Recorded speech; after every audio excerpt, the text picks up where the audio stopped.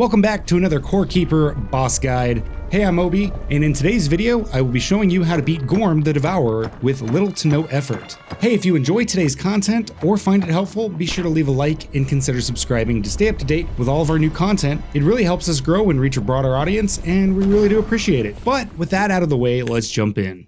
So at this point, I'm gonna assume you've already finished the first boss, the Abominous Mass. If not, be sure to go check out our last video, which will show you the easiest way to squash that boss.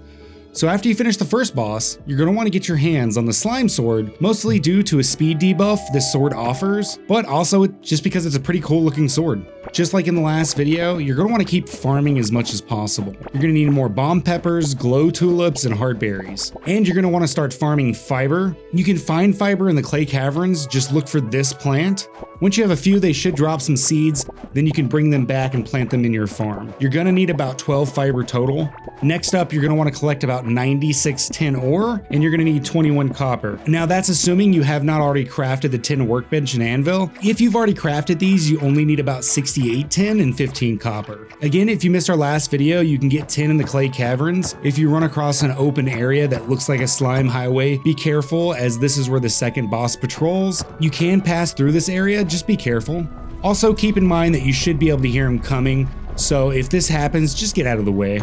After collecting the tin and copper, grab your fiber and you're going to want to craft the following: a bronze helm, breastplate, pants, and maybe a slingshot. The slingshot is pretty useful early on as a ranged weapon and can help you when you're overwhelmed by enemies. You can use it and just kind of stay out of harm's way. So once you have those, you're going to want to craft about 50 spike traps. These cost 1 tin bar each. And if you haven't already, go ahead and craft an alchemy table and use that to mix bomb peppers with slime and craft yourself some bombs. Now I'm going to carry as many as I can, but you only need to craft around 40. Be sure to craft some health potions and bring some cooked food for health buffs, speed buffs, and light buffs. And once you have everything, it's time to fight the boss. Now the biggest problem with this boss is getting it to stop. At first we tried to dig a gap thinking that would stop him, but this doesn't really do anything because he'll just place down new tiles in the hole that you had previously dug. And if you try to hit him, he just kind of shrugs it off and continues on his patrol. Now I have seen videos of people using items to speed up your character, so you can just keep smacking him until he stops, but this is the easiest way I've found to stop him. Just place about 50 spike traps in his path, and before he hits the traps, maybe lay a bomb or two in his way. Also, I would recommend that before you lay down the spike traps, go ahead and wait for him to pass by you once, so that way it gives you enough time to lay them down. And then also you're going to want to destroy any mobs that are in the area and maybe dig up the ground slime, because these will spawn more slimes in and these can destroy your spike traps.